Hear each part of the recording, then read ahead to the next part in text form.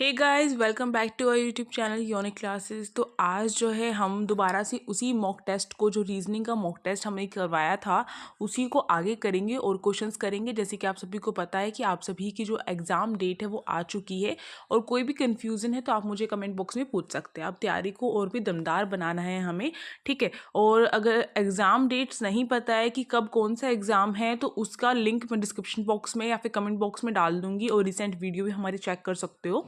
और हर अपडेट को पाने के लिए, क्लासेस पाने के लिए चैनल को कर लो भाई जल्दी से जल्दी सब्सक्राइब, क्योंकि आप ही की भलाई की चीज़ें यहाँ पर मिलेंगी। आपका एसओएससी का एग्ज़ाम जो है हम क्रैक करवा कर रहेंगे, क्योंकि फिर से कहूँगी यूनिक क्लासेस का नारा है एसओएससी हमारा है। आप भी ये चीज़ लिखो, क्योंकि आप सभी मेरे स्टूडेंट्स हैं, आप सभी भी इस चैनल से जुड़े हुए अपने आप को मानते हैं। अगर आप ये बात कमेंट बॉक्स में लिखेंगे, बार बार एक ही बात दोहराते हैं हम, तो ये चीज़ मुमकिन भी होती है, ठीक है। ये तो एक तरीके से यूनिवर्स है कि हम जो चीज़ बोलते हैं वो चीज़ हम पूरी करके दिखाते हैं। तो इसीलिए कहा जाता है कि तैयारी इतनी खामोशी से करो, तैयारी इतनी खामोशी से करो कि मेहनत शोर मचा दे, है ना। तो यही चीज़ होने वाली है आप सभी के साथ। आप सभी भी इतनी जी जान लगा दो कि अब आपको कोई रोक ना सके। समझ रहे हो आप सभी, क्योंकि टाइम काफ़ी ज़्यादा कम रह गया है। जब समय की कीमत हमें पता रहती है कि इतना समय, तो समय बहुत जल्दी भागता भी है। तो अब जो है इसी चीज़ पर ध्यान रखना है और पूरा फोकस करना है अपनी पढ़ाई पर। तो चलिए स्टार्ट करते हैं इस सेशन को, और फटाफट से आप सभी का क्या काम है, अपनी प्रेजेंट लगाओ। यानी कि कौन कौन बच्चे इस क्लास को एक्टिव होकर देख रहे हैं, मुझे पता चलेगा किससे, जब आप लाइक करोगे। जितने नंबर ऑफ लाइक आएंगे, इसका मतलब उतने बच्चे इस क्लास को एक्टिव होकर देख रहे हैं, उतने बच्चों को ये क्लासेस पसंद आ रही है, उतने बच्चे चाहते हैं कि हम जो है आगे इसी तरीके से और अच्छे अच्छे क्वेश्चंस लेकर आए, आप सभी के लिए डिफरेंट डिफरेंट क्लासेस लेकर आए हर डोमेन की। तो चलिए स्टार्ट करते हैं इस क्लास को। और क्लास का एंड तब तक जब होगा, तो मैं आपसे श्योरिटी लेती हूँ कि आपको जो भी क्वेश्चन कराए जाएंगे, उसमें जो भी मेथड्स लगे हैं, उससे कई सारे क्वेश्चंस ऐसे होंगे जो आप खुद भी निकाल लेंगे। देखो, हमने जो है छोड़ा था इस पे, ठीक है, वेन डायग्राम ये करवाया था मैंने, जिसमें बस, स्कूटर और आपका व्हीकल होता है। तो ये हो गया बस, ये स्कूटर है और ये व्हीकल, इस तरीके से इसका फर्स्ट बन गया था, है ना। अब चलो आगे, आज जो है ये वाला है सीटिंग अरेंजमेंट का क्वेश्चन है। कुछ बच्चों को नहीं पता होगा ये कौन सा क्वेश्चन है, इसलिए मैंने बता दिया है, सीटिंग अरेंजमेंट का क्वेश्चन है। अब देखो, सीटिंग अरेंजमेंट में आपके एक तो सिंपली रो में जो है सीटिंग अरेंजमेंट की करनी होती है। ये इसलिए इम्पॉर्टेंट होता है कि हमसे जो है पूछ लिया जाता है कि एक रो में इस तरीके से लेफ्ट से इतने बैठे हैं, राइट से इतने बैठे हैं, इस तरीके से दे रखा है, ठीक है। तो सीटिंग अरेंजमेंट का क्वेश्चन हो जाता है। और रैंक वाला जो क्वेश्चन होता है वो आपका डिफरेंट क्वेश्चन होता है, जिसमें आपकी रैंक पूछी जाती है कि इस साइड से इतने पर आ रहा है कोई, और इस साइड से इतने पर आ रहा है, तो टोटल नंबर ऑफ स्टूडेंट्स कितने हैं, तो वो रैंक वाले क्वेश्चन हो जाते हैं। बट ये सीटिंग अरेंजमेंट है, यानी कि आपने भी देखा होगा अपने स्कूल में जब एग्जाम सेंटर्स पढ़ते हैं, तो टीचर्स क्या करती है, सीटिंग अरेंजमेंट करती है कि बच्चे को कहाँ कहाँ किस तरीके से बिठाना है ना। तो इसी टाइप से कुछ होता है। इसमें देखो, ये सर्कल वाला सीटिंग अरेंजमेंट का क्वेश्चन हमें दे रखा है। ABCDEFGH, ये हमें जितने भी दे रखे हैं ये नाम है, ठीक है। यानी कोई A है, कोई B है, कोई C है, इस तरीके से दे रखा है।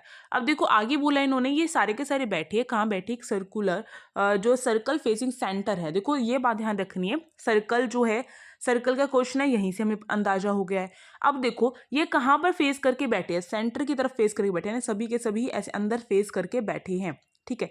तो ही आपका ये जो रूल है वो लगेगा। ये बात आपको ध्यान रखनी है। ऐसा भी होता है कि सर्कल है और बाहर फेस करके बैठे हैं, ऐसा भी होता है, बट वो वाले क्वेश्चन जो है काफ़ी डिफिकल्ट हो जाते हैं, इसलिए आपके में नहीं आते हैं।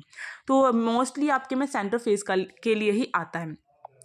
अब देखो यहाँ पे है आप सभी का, देखो यहाँ पे दे रखा है B is second to the right of D, इस तरीके से इन्होंने किसी ना किसी के बारे में बताते हुए चले हैं। अब एक चीज़ यहाँ पे ऐसी है जो मैं आपको बताना चाहती हूँ। देखो इन्होंने लिखा है B is the second to the right of D, who is third to the right of F, यानी कि हु लिखा है और एंड लिखा होता है, तो इन दोनों में अंतर होता है। अगर यहाँ पर मैं एंड लिख दूँ हु को हटा के, तो क्या होगा, देखो हु का मतलब है जो इसके बिल्कुल जस्ट पहले आ रहा होता है। हु का मतलब है जस्ट पहले जो भी लिखा हुआ है पर्सन का नाम, वही जो है उसके बारे में अगली स्टेटमेंट उसी के बारे में दी गई, यानी कि डी के बारे में पूरी पूरी स्टेटमेंट आगे की दे रखी है।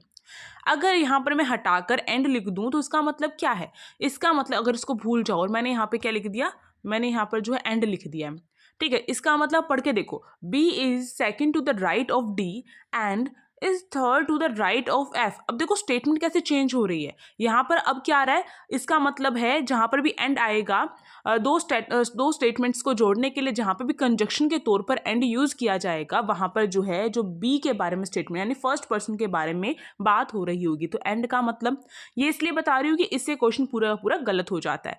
तो ये फर्स्ट पर्सन जो है उसके बारे में बात की जा रही है, और जहाँ पर हु होता है उसे जस्ट पहले वाले पर्सन के बारे में बात होती है, चाहे वहाँ पर 2-3 ही पर्सन क्यों ना हो उस स्टेटमेंट में, बट जस्ट पहले वाले पर्सन के बारे में ही बात होती है जहाँ पर हु आता है। ओके तो ये चीज़ थी एक तो मेन बताने की, इसमें मैंने आपको बताया। अब देखो यहाँ पर जो है अगर कुछ स्टूडेंट मुझसे ये पूछते हैं कि मैम रीजनिंग सभी डोमेन में आती है, बिल्कुल सभी डोमेन में आती है, ये क्लास 9th और 11th दोनों क्लासेस के लिए है, ठीक है। अब देखो यहाँ पर जो है आगे लिख रखा है कि जो भी स्टेटमेंट लिख रखी है, अब स्टेटमेंट हमें बनानी है तो मैं फटाफट यहाँ पे एक छोटा सा सर्कल भी बना लेती हूँ जिससे चीज़ें सॉल्व हो जाएंगी हमारी, हम साथ साथ बनाते हुए चलेंगे। देखो मैंने छोटा सर्कल बना दिया। अब इस सर्कल में क्या काम करना होता है आपको, देखो यहाँ पे कितने पर्सन है, ये 1 2 3 4 5 6 7 8, ये टोटल 8 दे रखे हैं। तो यानी कि मुझे क्या करना है, इस तरीके से इस तरीके से इस तरीके से और इस तरीके से, देखो ये मैंने कर दिए इस तरीके से और ये 8 हो गई है लाइनें पूरी की पूरी। ओके अब दे रखा है इन्होंने, ये थोड़ा सा छोटा रह जाएगा इस साइड, हम बनाएंगे इसको इस साइड। अब देखो 1 2 3 4 और 4 का डबल कितना होता है, क्योंकि हाफ हाफ है, ये होगी 8 अपनी लाइनें। अब देखो 8 कर ली है मैंने लाइनें। अब यहाँ पे ये जो स्टेटमेंट है यहाँ से हमें स्टार्ट करना, B is the second to the right of D. D के राइट में जो बी है वो सेकंड पे है। आपको पता होगा जब हमारे सेंटर में जो फेस सर्कल होता है, सभी लोग सेंटर में देख रहे होते हैं, तो इसमें क्या होता है, इसमें इस साइड तो राइट की तरफ जा रहा होता है और इस साइड लेफ्ट की तरफ जा रहा होता है, ठीक है। अब इन्होंने बोला B is the second to the right of D, D के राइट में सेकंड पर बी बैठा है। डी का जो राइट है उसके देखो अगर मैं बी को यहाँ पे बिठाऊं, ठीक है, तो ये क्या है, डी के राइट में सेकंड में बैठा है। अब डी का राइट कौन सा होगा, डी यहाँ पे बैठ रहा होगा, ठीक है, इसका राइट इस साइड होगा क्योंकि नीचे से इस तरीके से तो जाएगा ये, है ना, तो ये राइट हो गया इसका। अब देखो आगे लिख रखा है और डी के बारे में लिख रखा है who is the third to the right of F, जो कि थर्ड है किसके, राइट ऑफ एफ, एफ के राइट में थर्ड पर है। एफ का राइट कौन सा होगा, अब देखो कुछ बच्चे यहाँ पर एक चीज गलती क्या करते हैं, कुछ बच्चे यहाँ पर एफ लिख देते हैं। अब देखो ये एफ का ये जो है ये राइट ना होकर एफ का क्या हो जाएगा, लेफ्ट हो जाएगा, इस साइड एफ जाएगा तो लेफ्ट हो जाएगा। एफ का राइट तो इस साइड होगा, है ना, और यहाँ पर हमें डी बनाना चाहिए था। अब क्या करना है मुझे, अब देखो F के राइट पे थर्ड पर D है, तो D के इस साइड देखो ये F यहाँ पर लिख दूंगी मैं, तो देखो 1 2 और तीसरे पर जो है D बैठा हुआ है ना, ये चीज़ तो ठीक है हमारी, इस तरीके से हो गया। अब देखो अगला C is the second to the left of A, C जो है सेकंड है लेफ्ट ऑफ A के लेफ्ट में। अब देखो ना तो मुझे जो है यहाँ पर C के बारे में कुछ इंफॉर्मेशन है, इस पूरे उसमें अभी तक जो आई है स्टेटमेंट, ना ही A के बारे में कुछ इंफॉर्मेशन है कि कहाँ पर बैठे हुए हैं। तो अभी इसके बारे में ना बनाकर हमें थोड़ा सा और आगे पढ़ना पड़ेगा। आगे लिखा है who is the second to the left of F, F के बारे में हम पहले से अवगत हैं, हम किसी एफ को जानते हैं, है ना, तो हम एफ से रिलेटेड जो स्टेटमेंट है उस पर पहले ध्यान देंगे।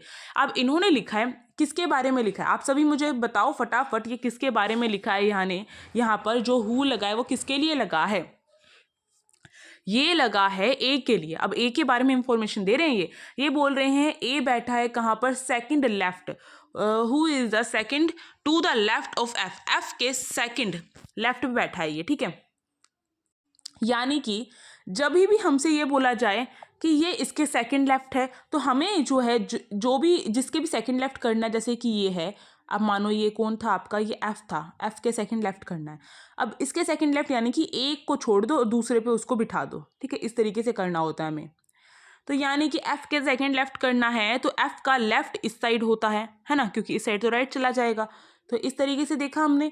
अब देखो यहाँ पे जो है, देखो इसका सेकंड लेफ्ट एक छोड़ दिया मैंने ये, और मैं इसको कहाँ बिठा दूंगी, ए को यहाँ पर बिठा दूंगी, बिठा दिया। अब ए बैठ गया, ए बैठने के बाद जो है ये स्टेटमेंट दोबारा देखो, इन्होंने लिखा है C is the second to the left of A, A के सेकंड लेफ्ट है सी, ठीक है, ए का जो सेकंड लेफ्ट है वो कौन सा है, सी है।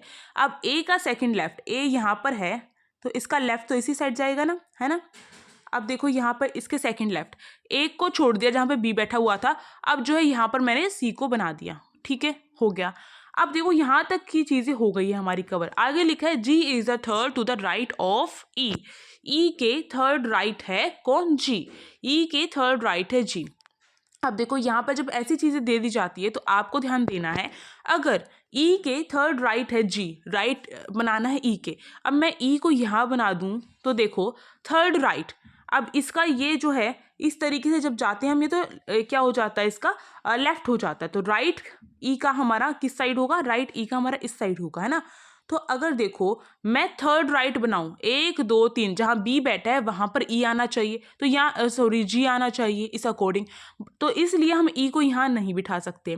अब कौन सी जगह खाली दिखाई दी हमें? ये दिखाई दी। इसमें देखो यहाँ पर बिठाएंगे तो भी स्पेस नहीं है यहाँ पर, ठीक है, यहाँ पर भी नहीं बना सकते ई को। फिर हमें दिखाई दी ई की जगह ये। अब देखो इसका जो थर्ड राइट है, थर्ड राइट है, तो यानी कि 1 2 3, ये वाला जो स्थान है यहाँ पर हम किसको बिठा सकते हैं? जी को बिठा सकते हैं। तो इस अकॉर्डिंग अगर मैं देखूँ तो मेरा बन जाएगा।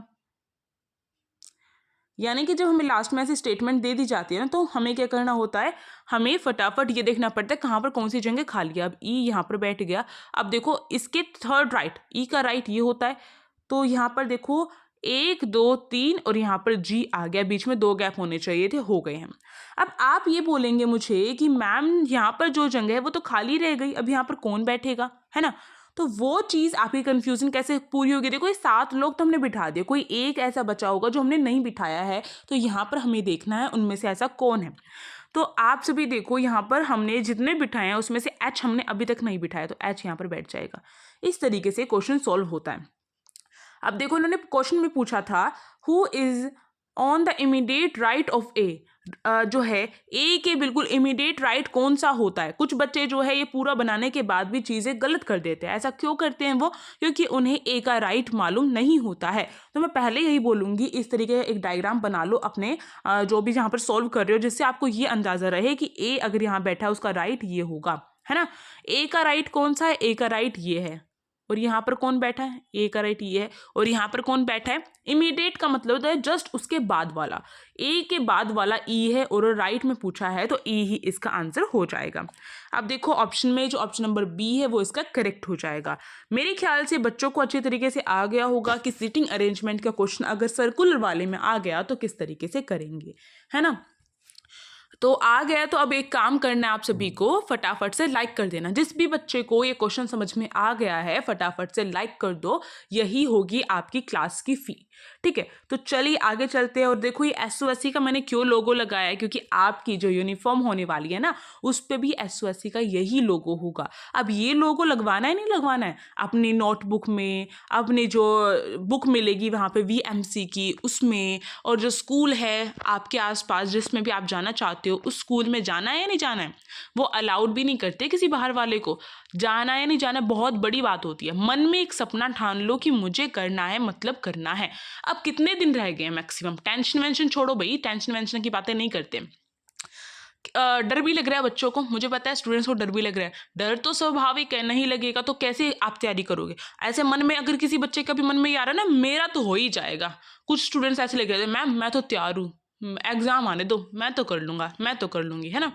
तो जो बच्चे ऐसे लिख रहे हैं ना, मैं उनको एक बार ये बोलना चाहती हूँ, थोड़ा सा डर फील करो। एग्ज़ाम का डर होना चाहिए, जब तक एग्ज़ाम का डर नहीं होता ना तब तक हमारे अंदर ये होता है कि हम तो कर ही लेंगे। और देखो जब हमारे अंदर एक ये ओवर कॉन्फिडेंस आ जाता है ना, मैं तो कर ही लूँगा भाई, मेरा तो हो ही जाएगा, मेरा तो पक्का है, 101% है ना। तो इसका मतलब क्या है, वो कहीं ना कुछ गलती कर रहा है, वो कुछ ना कुछ पढ़ाई कम कर रहा है, उसके अंदर ओवर कॉन्फिडेंस आ गया है। तो मेरी यही सलाह मानो, अपने अंदर थोड़ा सा डर रखो, ठीक है, और थोड़ा सा कॉन्फिडेंस रखो और अपने ऊपर जो है विश्वास रखो और तैयारी पे लग जाओ। अभी है समय मत गवाओ। नेक्स्ट क्वेश्चन है, फिर से वेन डायग्राम का आया है। वेन डायग्राम का एक अलग टाइप का क्वेश्चन है। देखो मैंने आपको बताया था जो रीजनिंग होती है उसमें क्या होता है कि आपके जो है टाइप्स होते हैं, क्वेश्चन के क्या होते हैं, टाइप्स होते हैं। अलग अलग तरीके के बहुत सारे टाइप्स आपको देखने के लिए मिलते हैं। अब वेन डायग्राम का हमने ऊपर भी क्वेश्चन डिस्कस किया था कल की क्लास में, ये तो बहुत ही सिंपल क्वेश्चन था। अब वेन डायग्राम का अगर उनको थोड़ा सा मुश्किल क्वेश्चन देना है ना तो वो इस टाइप का क्वेश्चन हमें दे देंगे। अब इसको किस तरीके से करना है, इसको करने के लिए मैं हूं ना आप सभी को मैं बताऊंगी। और इसमें देखो, और हाँ यहाँ पर देखो जो वेन डायग्राम है आपका, उसमें क्या है आपको दे रखा है यहाँ पर हमें जो है पहले से एक वेन डायग्राम बनाकर दे रखा है और इस तरीके से आपको एम्प्लॉयमेंट, ठीक है, कंफर्म्ड इन जॉब और एजुकेटेड इस तरीके से लिखा हुआ मिल रहा है। कुछ बच्चे यहीं पर ये सोचेंगे कि क्या लिखा हुआ है। अब देखो मैं आपको बताती हूँ इस क्वेश्चन को कैसे सॉल्व करना है और चुटकियों में कर सकते हो ऐसे क्वेश्चन को आप सॉल्व। यहाँ पर लिखा है कि हमें फाइंड करना है ऐसा पर्सन जो क्या है, हु किसके लिए लगा, इस पर्सन के लिए, जो क्या है एजुकेटेड हो और एम्प्लॉयड हो, ठीक है। तो ऐसा पर्सन हमें खोजना है जो एम्प्लॉयड भी हो और एजुकेटेड भी हो, है ना। यानी कि कंफर्म्ड इन जॉब नहीं होना चाहिए, उन्होंने साफ मेंशन कर दिया यहाँ पर, यानी कि उनकी जो जॉब है वो कंफर्म नहीं होनी चाहिए। और हाँ, आप सभी के आंसर्स कमेंट बॉक्स में आने चाहिए। अगर कोई क्वेश्चन समझ में आता है तो मुझे बताना है, जिससे मुझे लगेगा मेरे पढ़ाने का तरीका सही चल रहा है। अगर नहीं आता है तो मैं पढ़ाने का तरीका थोड़ा आप सभी के लिए चेंज भी कर सकती हूँ, क्योंकि यही तो खासियत होती है ना एक अच्छे टीचर की। अब देखो यहाँ पर जो है इन्होंने बोला है कि एजुकेटेड है और एम्प्लॉयड है, ठीक है, बट कंफर्म्ड नहीं है वो जॉब में। यानी कि ऐसा पर्सन जिसमें ये चीज़ इंक्लूड ना हो रही हो, ये हो और ये हो, उसे हमें निकालना है। जो जिसके अंदर ये दोनों चीज़ें हों उसे हमें निकालना है, बट ये नहीं होना चाहिए। अब देखो वेन डायग्राम को समझ लो तो क्वेश्चन हो जाएगा आसानी से। अब देखो ए की बात करूँ तो ए केवल एजुकेटेड है। अगर मैं यहाँ पे सी की बात करूँ तो सी केवल कंफर्म्ड इन जॉब है, ओके। और केवल एम्प्लॉयड तो यहाँ पर कोई दे ही नहीं रखा, ठीक है भाई। अब देखो यहाँ पर एक और चीज़ समझो, अगर मैं ई की बात करूँ तो ई जो है कंफर्म्ड इन जॉब है। और देखो ये सर्कल है, सर्कल का मतलब एम्प्लॉयमेंट यहाँ पर लिख रखा है इन्होंने, ये वाला सर्कल मैंने लिया, ठीक है। और इसमें जब आपको ये ट्रायंगल मिला है ना और यहाँ पर ई लिखा हुआ है, तो ई का मतलब जो है कंफर्म्ड इन जॉब है और साथ ही साथ वो क्या है यहाँ पर एम्प्लॉयड भी है, ठीक है। तो ई भी हम नहीं लेंगे क्योंकि कंफर्म इन जॉब वाला तो हमें ऑप्शन लेना ही नहीं है।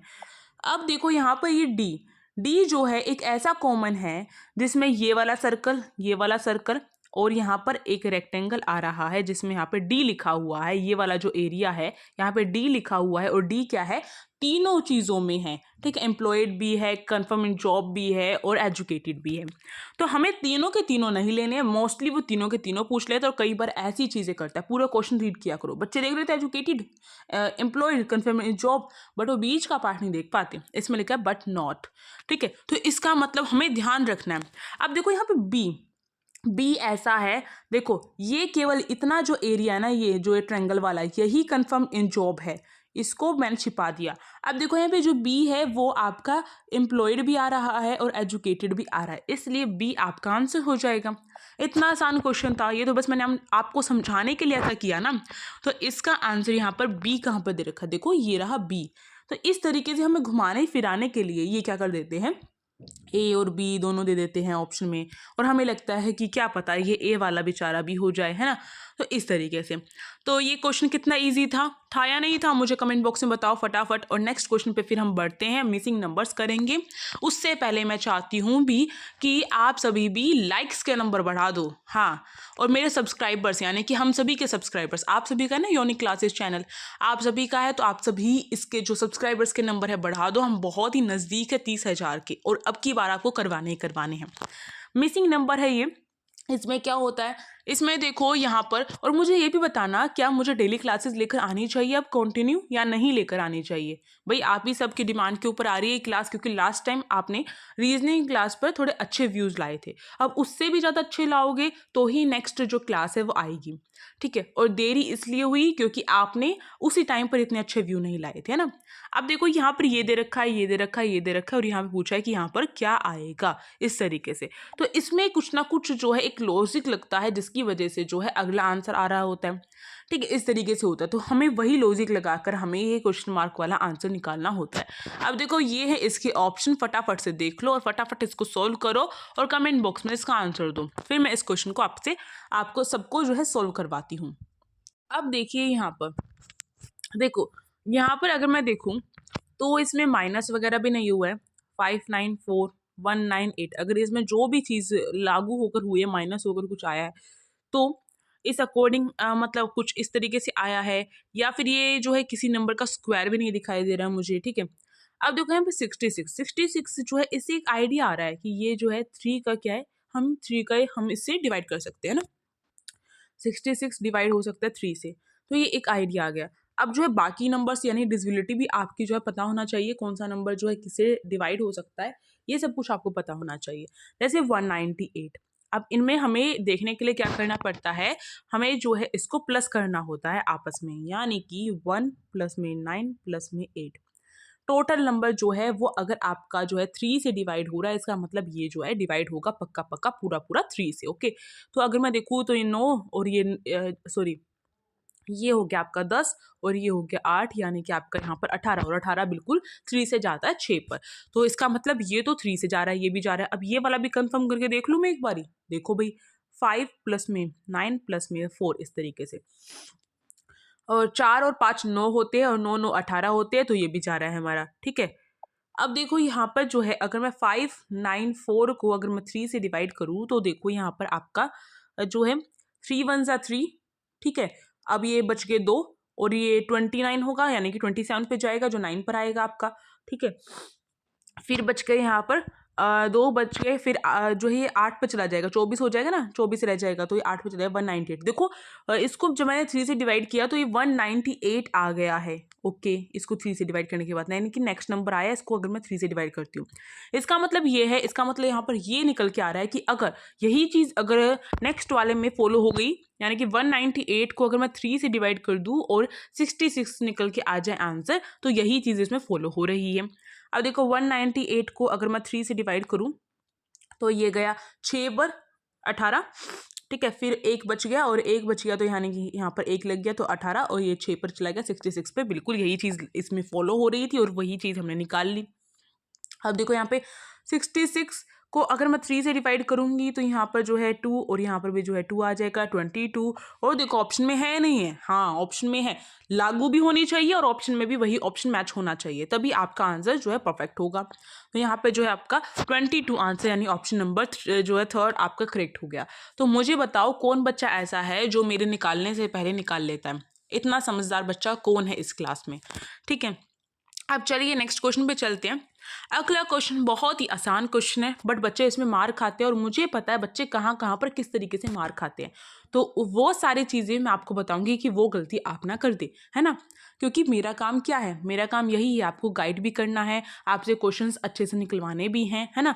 अब देखो यहाँ पर दे रखा है इस तरीके से, हमें पूरा क्वेश्चन रीड करने की जरूरत नहीं है। सबसे पहले हमें क्या है, इस तरीके से मैं समझा देती हूँ आपको, मेरा क्वेश्चन करने का क्या तरीका रहेगा। मैं लास्ट में पहुंचूंगी, यहाँ पर इस तरीके से मुझे दिख गया ना, ये लिख रखा है, मैं लास्ट में ये वाली लाइन देखूंगी, इसमें लिख रखा है what will be fitted in a pen to write with it, यानी कि पेन के अंदर क्या फिट किया जाएगा कि हम उससे क्या कर ले, लिख ले। ओके, ये चीज़ इन्होंने पूछी हमसे।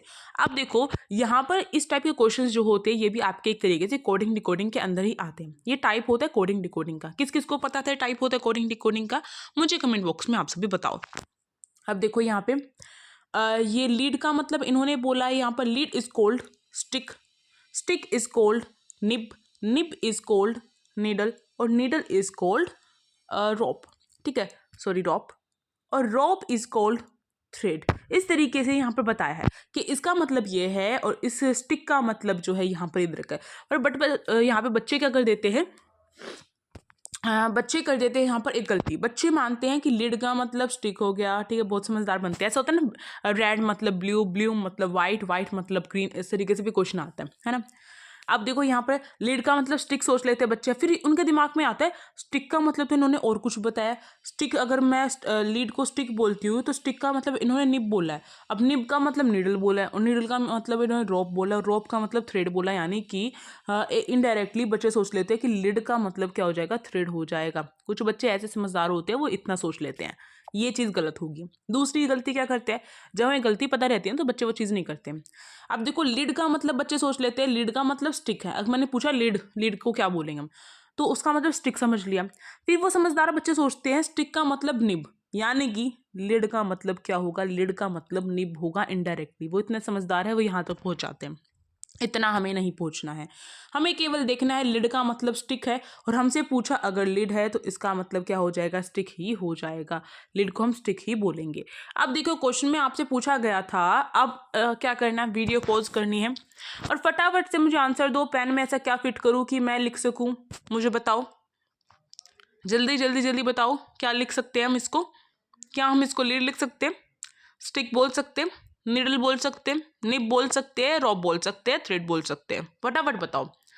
अब बहुत सारे ऐसे बच्चे होंगे जिन्होंने बिल्कुल सही करेक्ट चीज पकड़ी होगी, सही पकड़े हैं, है ना? निड। ठीक है, तो जो निड होता है उससे क्या होता है, हम क्या करते हैं, लिखते हैं। ठीक है, जो इसमें निड लगी रहती है ना पेन के अंदर, सॉरी निड बोला मैंने, निब। मैं भी सोचूं मेरी प्रोनाउंसिएशन में निड कैसे आ गया। अब देखो सही पकड़े हैं, अब यहाँ पर बोल सकते हो आप। ठीक है, तो निब, निब जो है इसको हम क्या बोल रहे हैं, निब को बोल रहे हैं नीडल। तो यानी कि आंसर अपना नीडल होगा, ना कि निब। ठीक है, ये बात आपको ध्यान रखनी है। तो देखो ऑप्शन में आपको निब भी मिलेगा, नीडल भी मिलेगा, बट आपको ऑप्शन में निबल लगाना है, क्योंकि इन्होंने निब को क्या बोला है, निब को इन्होंने निबल सॉरी नीडल बोला है। ठीक है, तो इसलिए ऑप्शन नंबर सी इसका करेक्ट हो जाएगा। तो इसी तरीके से हर क्वेश्चन आपको एंट्रेंस एग्जाम में भी करेक्ट करके आना है। और नेगेटिव मार्किंग बारे में बच्चे मुझसे पूछ रहे थे, तो बता दूं मैं, नेगेटिव मार्किंग बिल्कुल है आपके इस पेपर में, और जितने डोमेन है हर डोमेन में नेगेटिव मार्किंग है। ठीक है, अब चलो आगे चलते हैं। और कोई भी मन में क्वेश्चन हो ना, तो मुझे एज अ फ्रेंड समझ के, एज अ सिस्टर समझ के, और या फिर टीचर, कोई भी फ्रेंडली टीचर होती है आपकी, उसको समझ के आप मुझसे बेझिझक पूछ सकते हो, बिल्कुल पूछ सकते हो। इंस्टाग्राम पे पूछ सकते हो, मैं हमेशा रिप्लाई करने की पूरी कोशिश करती हूँ, पूरी कोशिश रहती है कि मैं आपका रिप्लाई करूँ, है ना? तो इसलिए उन बच्चों को पता होगा जिस बच्चे ने क्वेश्चन क्वायरी पूछी होगी, और ऐसे बहुत सारे बच्चे हैं जो लास्ट टाइम पे मुझसे पूछते हैं, मैं फिर भी बता देती हूँ उनको। तो उन सब बच्चों का एक्सपीरियंस होगा, आप भी ले लो भाई, छोटा मोटा एक्सपीरियंस है ना। अब देखो अगला क्वेश्चन करते हैं, जस्ट अ सेकेंड। ये मैं लेकर आई हूँ आप सभी के लिए डाइस वाला क्वेश्चन। इससे तो समझ ही जा रहे हो ना, डाइस वाला क्वेश्चन है। अब देखो ये डाइस वाला जो क्वेश्चन है, इसकी जो वीडियो मैंने वैसे भी पब्लिक बना रखी है प्रीवियस ईयर में। अगर किसी ने नहीं देखी है डाइस वाली क्वेश्चन की, तो मैं उसे यही सजेस्ट करूंगी, मेरी वीडियो वो देख लो, आपको इतनी अच्छी तरीके से समझ में आ जाएगा पूरा पूरा डाइस का कॉन्सेप्ट। बस बात ही क्या कर रहे हो, है ना? अब आप सभी कहोगे मैम खुद ही तारीफ कर रही है, करनी पड़ती है कभी कभार, आप सभी नहीं समझते हो ना, इसलिए। अब देखो यहाँ पे लिखा है 2 पोजीशन है, इसमें 2 जो डाइस हमें दे रखे हैं। ठीक है, एक तरीके से बोल रखा है इन्होंने, बोला है फिर when 1 is at the top, अगर 1 जो है किसी के टॉप पर आता है, तो which number will be at the bottom. अगर, क्या सबने लूडो खेली है बचपन में? अभी भी खेलते हो क्या? अभी बचपन ही चल रहा है, आप सभी का 18+ नहीं हुए हो। तो जब लूडो खेलते हैं हम, तो उसमें क्या होता है, हमारा, हम सोचते हैं 6 आ जाए, 6 आ जाए। हमने देख रखा 6 जो होता है वो किस लिए होता है, हम सीधे डायरेक्ट जो है इसको खोल भी सकते हैं। ठीक है, जो हमारा अंदर घर के अंदर रहता है ना, जो भी हमारी गिट्टी घर के अंदर रहती है, गोटी बोलते हो जो भी बोलते हो आप, तो उसे खोल भी सकते हैं। एक और काम होता है, हम डायरेक्ट जो है 6 पर जा भी सकते हैं, 6 आगे बढ़ा भी सकते हैं। तो 6 के लिए सब तरसते हैं, और एक तरसते हैं हम 1 के लिए। क्यों तरसते हैं भाई 1 के लिए? सॉरी, जब हम आपकी जो ये होती है ना, इस तरीके से होती है, और यहाँ पर ये गोला होता है, इसके अंदर जाने के लिए हमें ये चीज़ पार करनी पड़ती है, और बिल्कुल लास्ट में आके अटक जाती है, और 1 आकर नहीं देता है।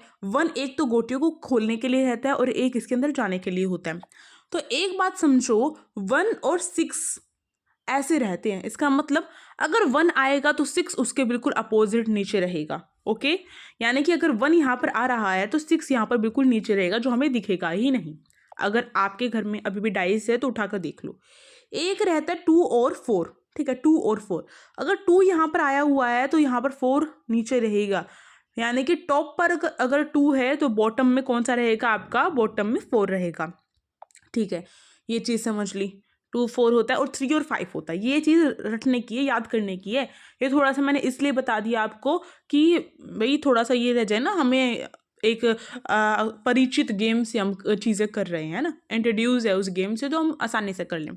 अब 3 यहाँ पर है, तो इसके बिल्कुल अपोजिट में यहाँ पर क्या रहेगा, 5 रहेगा, यानी कि 3 के अपोजिट में 5 होगा हमेशा। यानी कि 3 अगर ऊपर टॉप पे 3 आ रहा है तो बॉटम में आपका 5 आएगा, और बॉटम में अगर 3 है तो टॉप पे आपका जो है 5 आए ही आएगा। ये होता है इसका, समझ गए? अब इन्होंने पूछा मुझसे, अगर 1 मेरा टॉप पर है तो बॉटम में क्या आएगा, मुझे बताने की ज़रूरत है या नहीं? बताओ भैया, आप सभी का काम है। जो चीज़ पता चल जाए फटाफट कमेंट बॉक्स में भर दो उसे, क्योंकि मुझे पता चल जाए कि ध्यान से देख रहे थे, ध्यान से पढ़ रहे थे। अब लास्ट तक यहाँ तक आ रहे हो ना, तो वीडियो को लाइक करे बिना मत जाना, क्योंकि फिर मुझे लगेगा बच्चों को वीडियो जो है, क्लास जो है कम पसंद आ रही है एग्जाम के पास होते हुए भी, है ना। मैं तो अपनी तरफ से पूरी आपको तैयारी करवा कर भेज रही हूँ, फिर भी आप सभी मेरे साथ ऐसा करोगे तो ऐसा थोड़ा ना चलेगा। देखो भाई, यहाँ पर इसका आंसर 6 होगा, यानी कि ऑप्शन नंबर बी होगा। और मेरे काफ़ी सारे स्टूडेंट्स, मैं मान कर चलती हूँ जब मैं वीडियो बना रही हूँ और सीना ठोक कर कह रही हूँ कि मेरे बच्चों ने 6 लिखा ही लिखा होगा। क्यों भाई, लिखा होगा ना, अब इतना तो मान रखोगे मेरा। चलो आगे चलते हैं। आगे जो है आपको ये टेलीग्राम ग्रुप का लोगो दिखाई दे रहा है। अब ये दिखाने के ऊपर एक मकसद मेरा ये है कि बच्चों इसको ज्वाइन कर लो। ज्वाइन करने में ना तो 1 रुपया देना आपको, ना ही मुझे 1 रुपया मिलना है। बस ये मैंने आप सभी के कंफर्ट जोन के लिए बना रखा है, जिससे आप सभी को वीडियोस की नोटिफिकेशन, कोई अपडेट आई है SOSC में, या मुझे कोई इंपॉर्टेंट क्वेश्चन लगा है तो मैं इसमें डाल देती हूँ। ठीक है, ये आप सभी के लिए हेल्पफुल रहेगी। ये आपकी खुद की इच्छा है, करना है नहीं करना है ना। अब चलो, इसी के शायद 30 मिनट हो चुके हैं आज पूरे, और हमने ये 30 मिनट की क्लास में कितने सारे क्वेश्चन कर लिए, जितने भी करे हमने अच्छी तरीके से सारी चीज़ें करी है, जिससे हमारा एक भी क्वेश्चन अब नहीं छूटने वाला। और जो बच्चा छोड़ के आ गया ना इसी टाइप का क्वेश्चन, फिर देख लेना। क्यों भाई, गुस्सा तो आएगा ना, क्योंकि आप सभी को करवाया जा रहा है, तो इस टाइप के क्वेश्चन नहीं छोड़ने, और बाकी भी नहीं छोड़ने, क्योंकि आने वाली क्लासेज में बाकी भी कवर करवा दूंगी। अब कवर करवाना ना करवाना आप सभी के हाथ में है, क्योंकि व्यूज़ और लाइक्स के अकॉर्डिंग ऐसा डिसाइड किया जाएगा। ये मेरे हाथ में नहीं होता है। हमारी जो टीम है वो मुझे अलाउड नहीं करेगी वरना रीजनिंग करवाने के लिए, वो कहेगी रीजनिंग करवाने की ज़रूरत नहीं है, रीजनिंग में तो व्यू कोई देता ही नहीं है। तो इसलिए अब आप सभी के हाथ में है। और देखो, इतने सारे स्टूडेंट्स का सिलेक्शन हुआ है, तो आप भी तो इन्हीं बच्चों में से एक हैं। देखो, इसमें कोई बच्चा 70 मार्क्स लाया है, कोई बच्चा 70 से भी कम लाया होगा, कोई बच्चा 80% भी लाया होगा। हर टाइप के बच्चे होते हैं, बट कॉम्पिटिशन के टाइम पर कौन तैयारी कर रहा है वो मेन रहता है ना।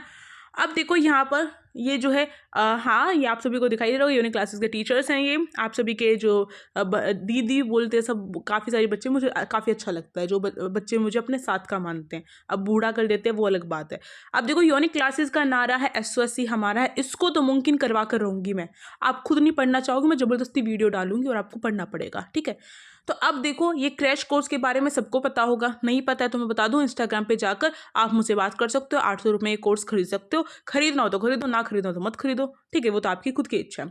ड्रीम्स प्रिपेयर एंड अचीव, यानी कि सपने देखो, उसके लिए प्रेपरेशन भी करनी है। सीधे आप जो है इससे ड्रीम से सीधे आप अचीवमेंट पे नहीं पहुंच सकते हैं। इसके बीच में एक बहुत बड़ी ये जो प्रेपरेशन की वो टाइम आता है ना, बहुत बड़ा होता है, और इसको करना पड़ता है। इसमें हमें कभी कभार ऐसा लगेगा कि भाई कॉन्फिडेंस हार गए हैं, कभी कभार ये लगेगा कि हम कॉन्फिडेंस जीत रहे हैं, कभी कभार ये लगेगा क्वेश्चन सॉल्व हो रहे हैं, कभी कभार ये लगेगा हमें तो कुछ नहीं आता है। तो ये सब कुछ चलता रहता है। ये आप बच्चों के अंदर नहीं है, हम सभी बड़े, हम जब अपनी तैयारी करते हैं तो हमारे अंदर भी ये चीज़ें आती है। और हमसे जो बड़े होंगे आज, जो IAS IPS जिन्होंने नीट क्लियर कर रखा है, JEE क्लियर कर रखा है, सबके अंदर ये चीज़ आती है। सबको एग्जाम से पहले डर लगता है, और लगना चाहिए, बिल्कुल लगना चाहिए, क्यों ना लगे। हम बच्चे नहीं हैं, हमारे अंदर हक नहीं है। अब डर के वजह से पढ़ना छोड़ दो, वो डर गलत है, बट एक डर रहे कि ये छूट जाए तो कभी ये तो नहीं आ जाएगा एग्जाम में, ये डर बिल्कुल अच्छा डर है ना। और ये मत समझना कि आप ही आप हो और आपको SOSC जो है एडमिशन देगा, नहीं, ये चीज़ गलत होती है। ये मन में रखो, ऐसे लाख स्टूडेंट्स फॉर्म भरते हैं और हमें उन लाख में से आगे आना है। हाँ, बिल्कुल सही सुना, लाख बच्चे फॉर्म भर देते हैं SOSC के भी। तो मेरे चैंपियंस, बिल्कुल आपको जो है क्या करना है, अचीवमेंट पानी है, और इन बच्चों के बीच में अपना एक जो है फोटो भी लगवाना है ना। अब जो है और कुछ काम नहीं करवाऊंगी, एक ही काम करवाऊंगी, लाइक शेयर एंड सब्सक्राइब, ठीक है। सब्सक्राइब कर दो, 30,000 तक आप फटाफट से हमारे जो ये सब्सक्राइबर्स है, हमारी जो ये यूनिक क्लासेस फैमिली है, इसको कर दो। साथ ही साथ जो है लाइक कर सकते हो भाई, लाइक तो दबा कर करनी पड़ेगी। अब मुझे भी ऐसे ऐसे वर्ड सीख कर आने पड़ रहे हैं जो बोलते हैं ना यूट्यूबर्स, दबा के करो, दमदार क्लास और वट। तो ये इसलिए कर रही हूँ मैं, क्योंकि आप सभी बच्चों को ये चीज़ें अच्छी लगती होंगी, आई थिंक, मतलब मेरे को भी अच्छी लगती है जब ऐसे ऐसी बातें कोई बोलता है। तो काफ़ी सारी बातें भी हो गई हैं। अब जो है हम मिलेंगे नेक्स्ट जो सीरीज़ रहेगी उसमें, और स्क्रीनशॉट भी ले सकते हो, इन क्वेश्चंस का प्रैक्टिस भी कर सकते हो, और इस टाइप के और क्वेश्चंस भी करने की प्रैक्टिस करो। Thank you for watching this video.